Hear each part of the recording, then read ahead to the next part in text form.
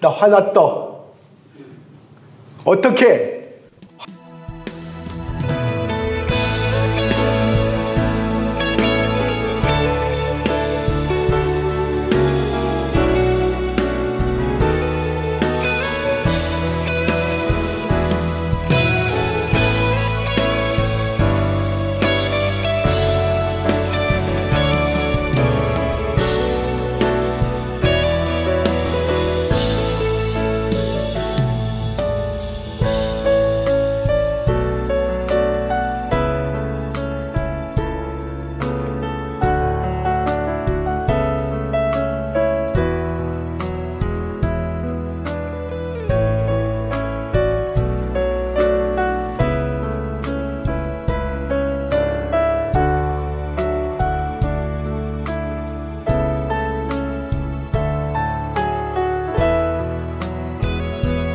자, 율법으로 살까? 은혜로 살까?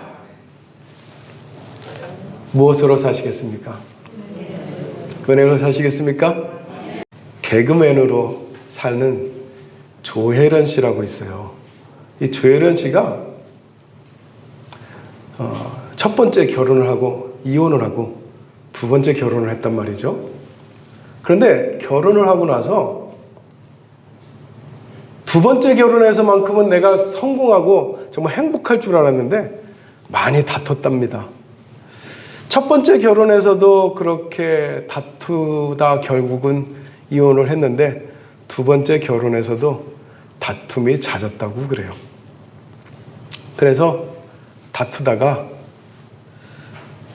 어느 날 생각하기를, 이것은 아무래도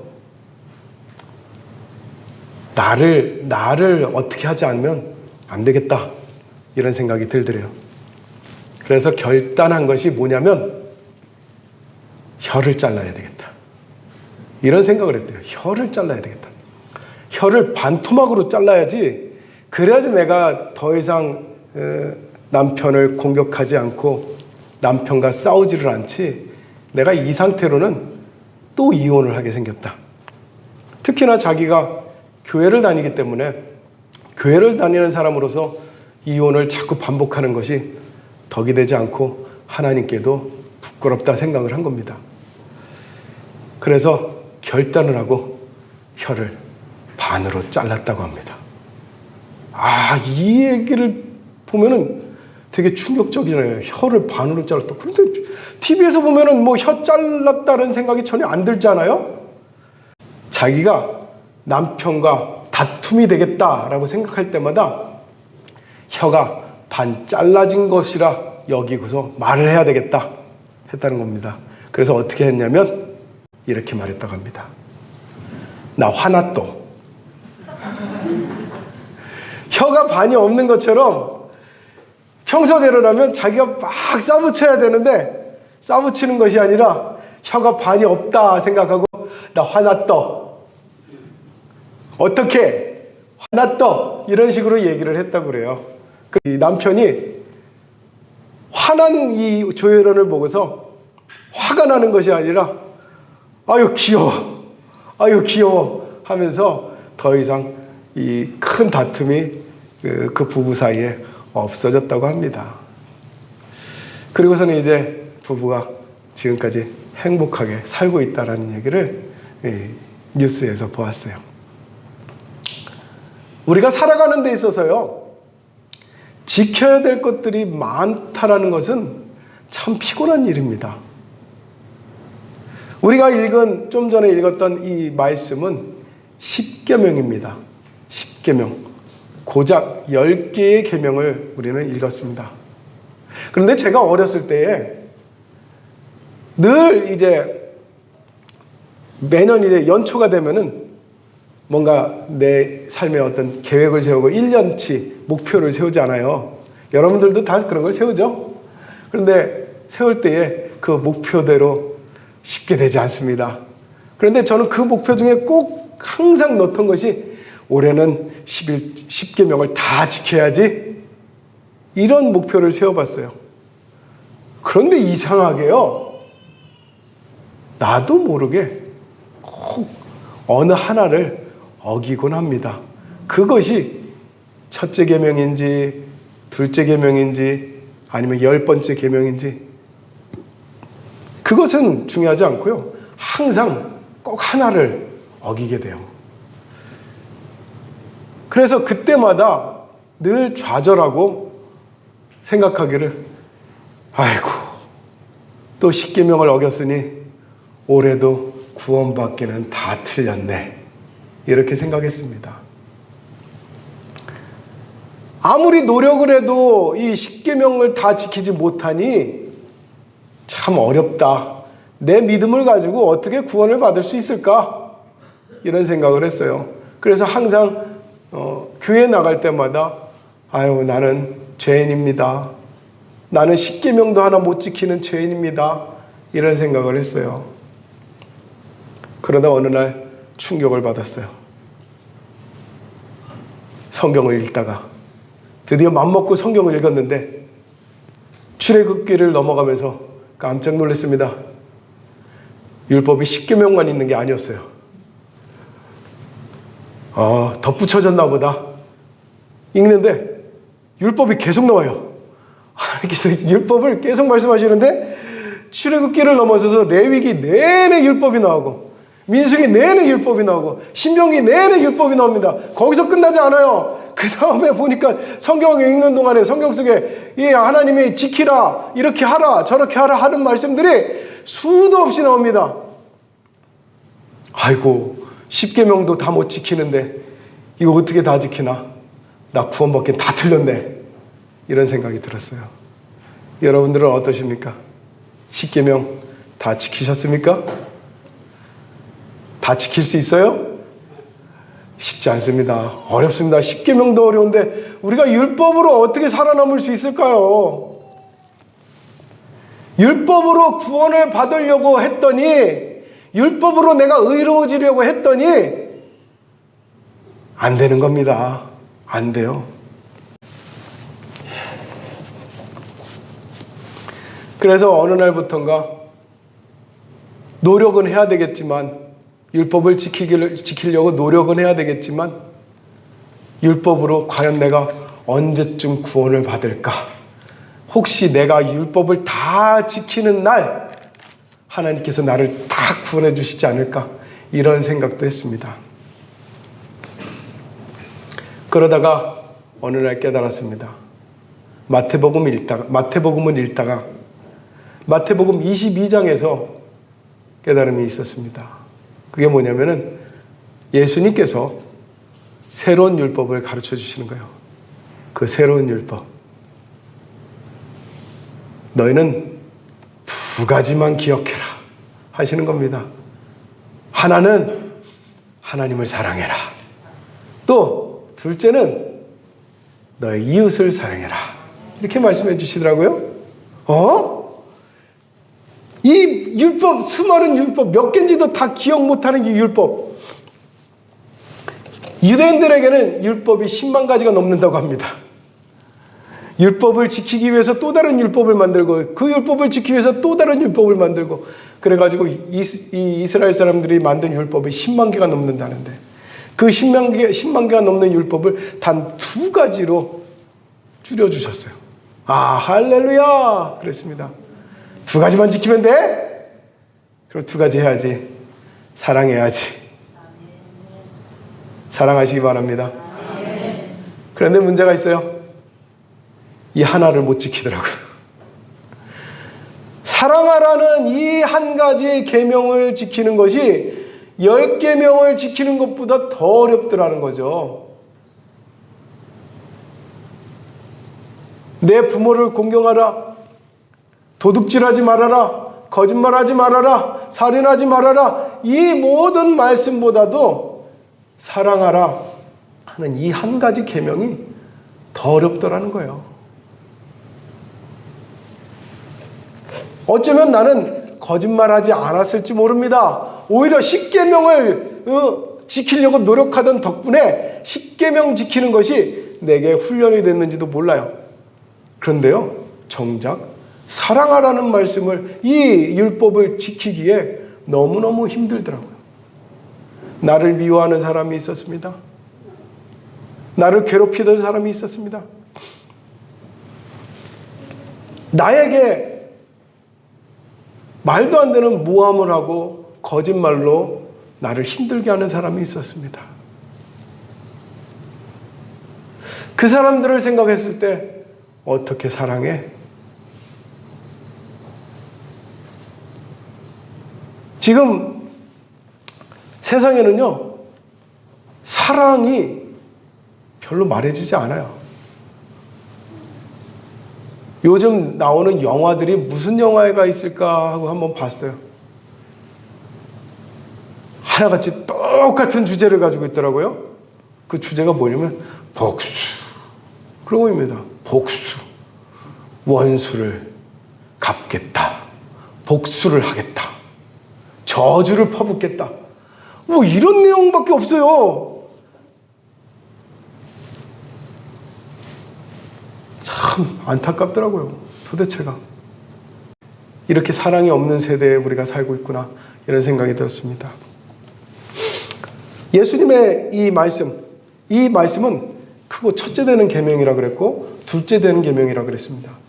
크다 그랬고 이것이 온 율법과 선지자의 강령이라고 말씀을 해주셨어요. 그런데 우리가 도무지 율법으로 구원을 받기가 이렇게 어렵더라 하는 것이었습니다. 한 번은 한 청년이 예수님을 찾아왔습니다. 그리고서는 예수님께 묻습니다. 선생님, 내가 어떻게 하면 구원을 받을 수 있습니까? 이렇게 묻습니다. 그랬더니 예수님이 하신 말씀이 뭔지 아세요? 율법을 다 지켰니? 이렇게 말씀하십니다. 이 청년이 얼마나 열심히 있고 얼마나 구원을 받기를 원했는지 이렇게 얘기합니다. 네, 율법을 다 지켰습니다.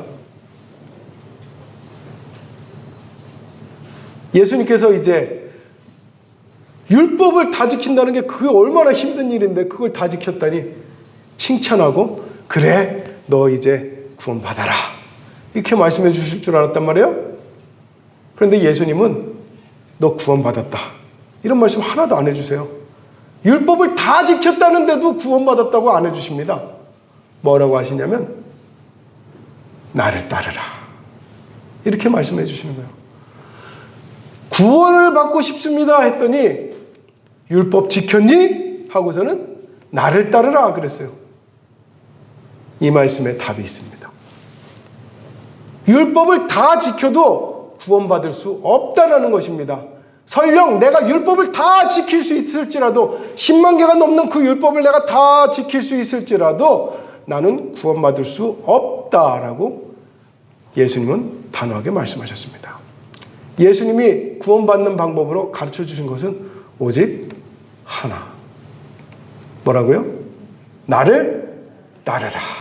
이것이었습니다. 나를 따라오면 네가 구원을 받으리라. 그런데 안타까운 것은 이 청년은 예수님을 통해서 구원받을 수 있다는 것을 믿지 못하였습니다. 그리고 고개를 갸우뚱하면서 결국은 돌아갔다고 합니다. 기회가 주어졌지만 구원받지 못했던 한 청년의 이야기입니다. 안타깝죠? 반면에 여기 있는 우리들은 그 청년처럼 율법을 다 지키지 못했습니다. 율법이 아니라 고작 10계명도 우리는 제대로 지키지 못하고 있고요.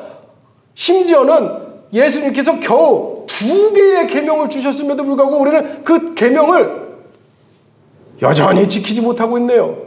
다시 말해서 우리는 율법을 따라서는 구원받을 수 없는 사람들이 되어서 버렸습니다. 그런데 다행인 것은 우리는 누구를 따르고 있어요? 예수를 따르고 있습니다. 그 은혜로 말미암아 우리는 구원받는 줄로 믿으시기 바랍니다. 이것이 은혜입니다. 도무지 내가 구원받을 수 없는 사람인데도 불구하고, 구원받을 만한 자격이 없는 사람인데도 불구하고 내가 구원받게 되었다는 것, 앞서 말씀드렸던 조혜련 씨처럼 내 혓바닥을 정말 반으로 자른다 하더라도 나는 구원받을 수 없습니다. 아유, 내 손이 맨날 문제야. 내 손을 자른다 해도 나는 구원을 받을 수가 없습니다. 왜냐면요, 율법으로는 구원을 받을 수 없기 때문입니다. 내 행위로는, 내 의로움으로는 아무도 구원을 받을 수가 없어요. 아, 저 사람은 법 없이 살 사람이야.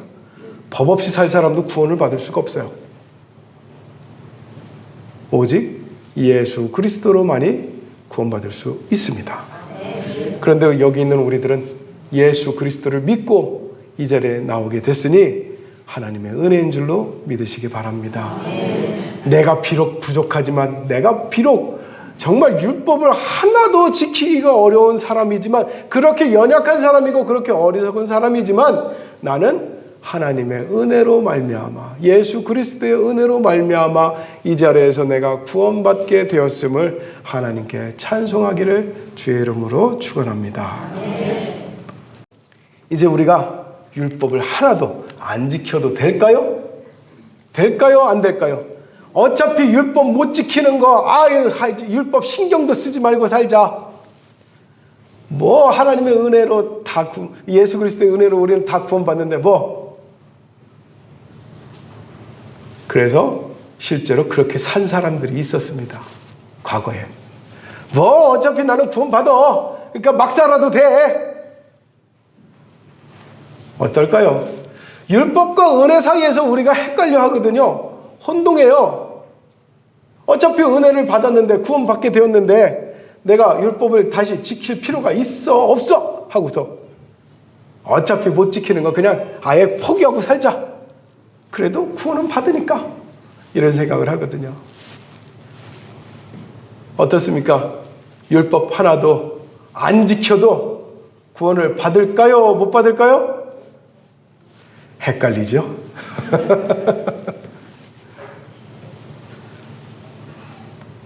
다시 말씀드립니다. 구원은요, 율법에 있지 않습니다. 그러니 내가 율법을 지켰다고 구원받는 것 아니고요, 내가 율법을 안 지켰다고 구원 못 받는 것 아닙니다. 오직 구원은 예수 그리스도로. 이 믿음을 가지고 구원받는 겁니다. 이 은혜를 가지고 구원을 받는 거예요. 다만 그러면 뭐 율법은 이제 다 필요 없겠네요. 아무 소용 없겠네요. 그럼 내가 굳이 매일같이 이렇게 하나님께 나와가지고, 아유 주여 내가 잘못했습니다, 회개하지 않아도 되겠네요. 아유 매주 나와가지고 내가 예배하지 않아도 되겠네요. 내가 매일같이 뭐 하나님 말씀 지키려고 애쓰지 않아도 되겠네요. 그건 아니죠. 왜 아닐까요? 내가 비싼 값을 들여가지고 진짜 800만 원을 들여가지고 내가 비행기 왕복 티켓을 딱 샀습니다.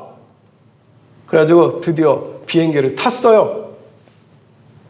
그럼 이제 비행기를 탔으니까 내 마음대로 해도 될까요? 안 될까요? 아, 이제 난 비행기 표 샀어. 나 티켓이 있는 사람이야. 비행기 표 있는 사람이야. 하고서는 의자를 쫙 펴고 다리를 갖다가 의자 위에다 탁 올려놓고, 그리고 두 팔을 쫙 벌리고 앉으면 어떻게 되겠어요? 욕 먹습니다. 욕만 먹나요? 당장에 제재를 받을 겁니다. 비행기 표가 있다고 해가지고 내가 비행기 안에서 막 큰 소리로 막 노래를 불러봐요? 어떻게 하겠어요? 승무원이 와서 조용히 해 주십시오. 그럽니다. 그럼 그때 가가지고 내가 무슨 소리야? 나 비행기 표 있는데! 이래봐야 소용이 없어요. 비행기 표는요, 비행기를 탈 수 있는 자격이지 비행기에서 아무렇게나 해도 된다는 자격은 아니거든요. 비행기 표를 얻었다고 하더라도 비행기 안에서 지켜야 될 규칙이 있습니다. 예수 그리스도를 통해서 내가 은혜로 구원을 받는다는 것은요, 내가 구원의 표를 얻는 것이에요. 구원의 표를 얻는 것이지 내 마음대로 살아도 된다라는, 인생 막 살아도 되는 표가 아니더라는 겁니다. 저에게는 자녀들이 있습니다. 그런데 이 자녀들이 어느 날 제가 이제 아이들한테 이제 이야기합니다. 아유, 방이 좀 더럽구나. 방을 좀 치워놔라. 이렇게 얘기를 하고 가요. 그런데 이제 제가 일을 하고 돌아오니 아이들이 방을 깨끗하게 치워놨습니다. 이 아이들은 저의 자녀들이기 때문에 저의 집에서 살 수 있는 자격이 있죠. 자녀로서의 누릴 수 있는 모든 복이 있습니다. 그 권리가 있어요. 그런데 그 권리가 있다고 해서 이 자녀가 내가 분명히 아빠가 너의 방을 좀 치워놔라 했는데도 불구하고 전혀 치워놓지 않고 계속해서 어지러 놓기만 한다면 부모인 제가 기쁘겠습니까? 아이, 괜찮아. 내 아들인데 뭐 어지러도 돼. 내 아들인데 뭐 막 살아도 돼. 내 아들인데 뭐 이러겠어요? 야단을 치지 않겠습니까? 너는 어찌해서 아빠의 말을 무시하냐? 아빠는 네가 잘 되기를 원해서 방 치우라고 했는데 이 방이 이렇게 어지르면은 네가 방 안에서 세균에 노출되고 그리고 네 정신이 흐트러질 수 있다. 그러니 방을 치워놔라. 다시 한번 얘기하지 않겠습니까? 그렇게 해서 방을 치워놓으면 아빠는 기뻐집니다. 네가 아빠 말을 듣고서 방을 이렇게 깨끗하게 치워놨구나. 잘했다. 칭찬을 하죠. 그리고 야, 아빠가 또 이제는 거실도 청소해야 되는데 같이 좀 도와줄래? 그래서 아이가 네 하고서 기뻐하며 거실 청소를 같이 도와줍니다. 쓰레기를 갖다 버려주고요. 그러면 어떻게 해요? 제가 기분이 좋아서 야, 오늘은 너희들 좋아하는 피자를 쏠게. 이렇게 되는 거예요. 맞잖아요. 그죠? 그런데 청소 하나도 안 해놓고 그냥 더 어지러놨다. 그러면은 피자 대신에 뭐가 나가요? 매가 나가는 거예요. 야단이 나가는 겁니다.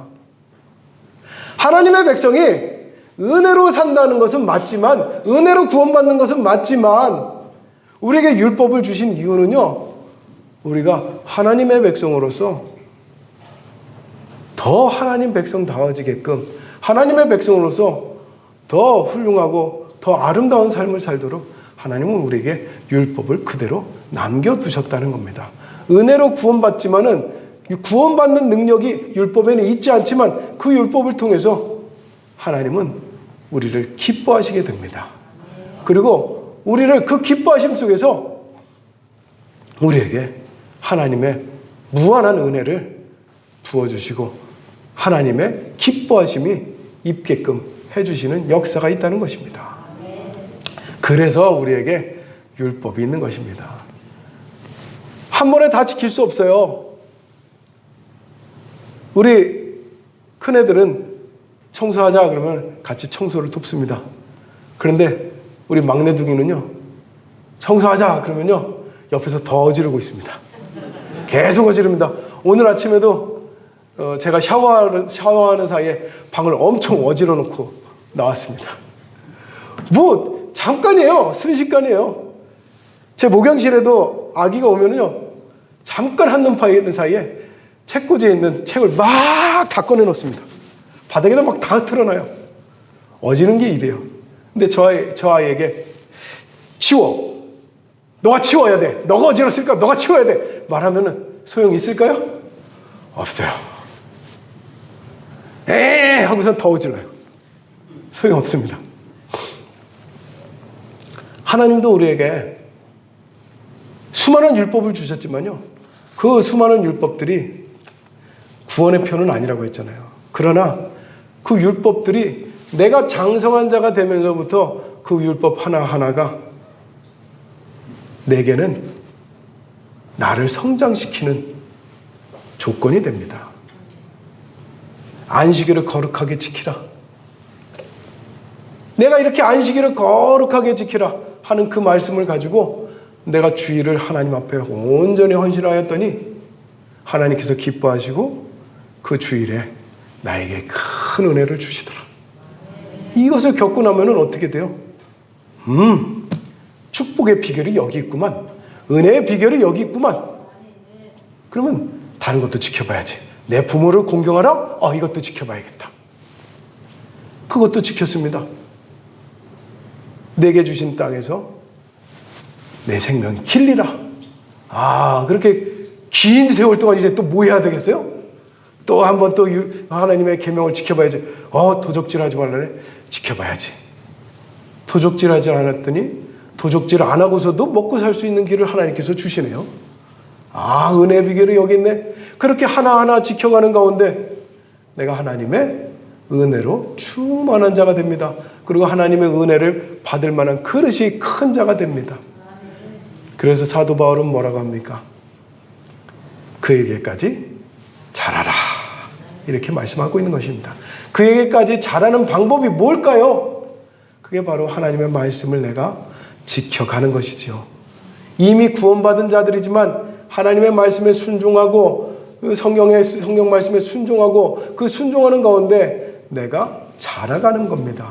하나님은 우리가 자라가기를 원하고 그 자라는 가운데 하나님의 은혜를 더 많이 누리게 되기를 바라고 계십니다. 그리고 하나님은 우리에게 약속하셨습니다. 내가 하나님의 말씀에 순종하고 그 말씀을 네가 기뻐하고 달게 여긴다면 어떤 복을 주시겠다 하느냐? 신명기 28장 6절에 내가 들어와도 복을 받고 나아가도 복을 받으리라 말씀하고 계십니다. 우리는 이미 구원받은 사람들입니다. 구원받은 사람들이 이제 남은 것은 한 가지입니다. 구원받은 사람답게 하나님의 축복 가운데, 은혜 가운데 있기를 바랍니다. 겨우 구원받은 것으로 만족하지 마시고 구원받은 사람으로서 하나님의 은혜가 충만하게 되어지시기를 주의 이름으로 축원합니다. 그러기 위해서 주님을 기쁘시게 해야 됩니다. 주님을 기쁘시게 하는 것은 바로 내가 하나님의 말씀 가운데 순종하는 것입니다. 내 생각과 다르다고 내 형편과 다르다고가 아니라 무조건 하나님께 순종하는 만큼 하나님의 기뻐하심 속에서 힘들어도 어려워도 하나님께 순종하는 그 모습을 통해서 하나님께서 기뻐하시며 은혜와 축복을 함께 더해 주시는 성도들 되실 줄로 믿습니다. 어디서든 하나님 앞에 복 받는 성도들 되시기 바랍니다. 기도하겠습니다. 은혜로우신 하나님 아버지, 오늘 우리가 이 말씀을 통하여서 십계명을 통하여서 좌절하지 말게 하여 주옵소서.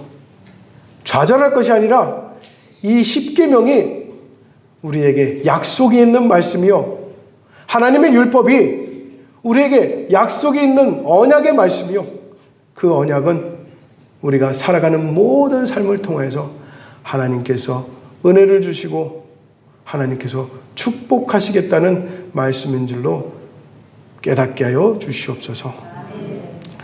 율법을 지키기 어려워서, 말씀을 지키기 어려워서 믿음을 포기하는 것이 아니라 율법 하나하나를 내가 지켜갈 때에 하나님 앞에 더욱더 자라가고 자라는 만큼 하나님께 더 큰 은혜를 받게 되는 것을 깨닫게 하여 주시옵소서. 이 은혜로 말미암아 크게 은혜 받은 것을 우리가 이 땅에서 자랑하게 하여 주시고 크게 축복받는 것을 자랑하게 하여 주시옵소서. 그러기 위하여 먼저 우리가 할 것은 우리의 믿음으로 하나님을 기쁘시게 하는 자가 되게 하여 주시옵소서. 하나님께 순종하는 자가 되게 하여 주시옵소서. 은혜로 구원받은 것에 대하여서 합당하게 살아갈 수 있는 저희들 되게 하여 주시옵소서.